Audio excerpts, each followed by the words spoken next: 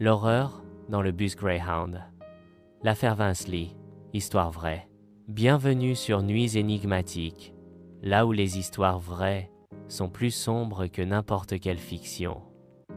Ce que vous allez entendre est réel et traumatisant.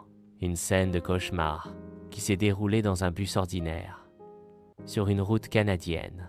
Abonnez-vous, activez la cloche et préparez-vous à plonger dans l'un des faits divers les plus dérangeants du XXIe siècle. Le 30 juillet 2008, à la tombée de la nuit, Vince Lee, 40 ans, monte à bord d'un bus Greyhound reliant Edmonton à Winnipeg. Il prend place tranquillement, silencieux, derrière un jeune homme de 22 ans, Tim McLean, qui écoute de la musique avec ses écouteurs, souriant, assis près de la fenêtre. Rien ne laisse présager ce qui va suivre.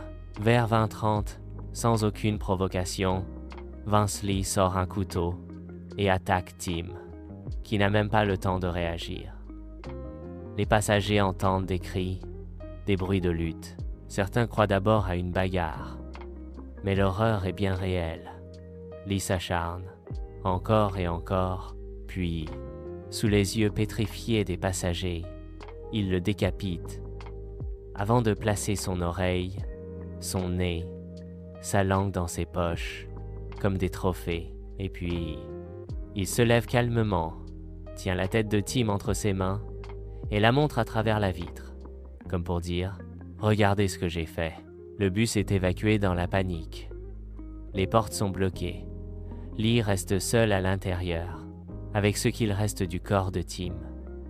Il continue à mutiler, à manger. Des témoins, des secouristes, des policiers arrivent, tentent d'intervenir. Mais il faut attendre un H30 du matin avant que Vince Lee soit enfin arrêté. Lors du procès, les experts révèlent que Lee souffrait d'une psychose aiguë. Il croyait que Tim était un démon, un extraterrestre, et qu'il recevait des ordres de Dieu. En mars 2009, un juge le déclare non criminellement responsable en raison de troubles mentaux sévères.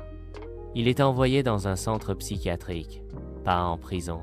Et puis, année après année, la société lui accorde de plus en plus de liberté.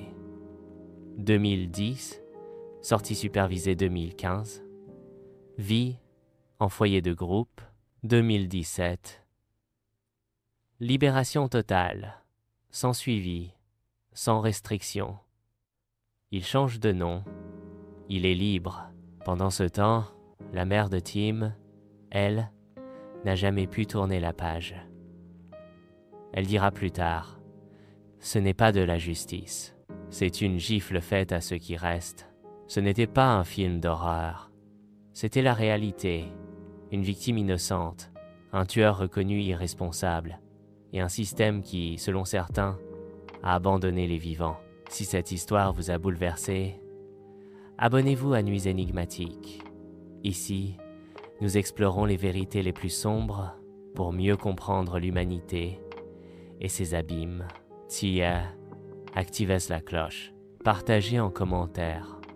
La folie doit-elle excuser l'irréparable ?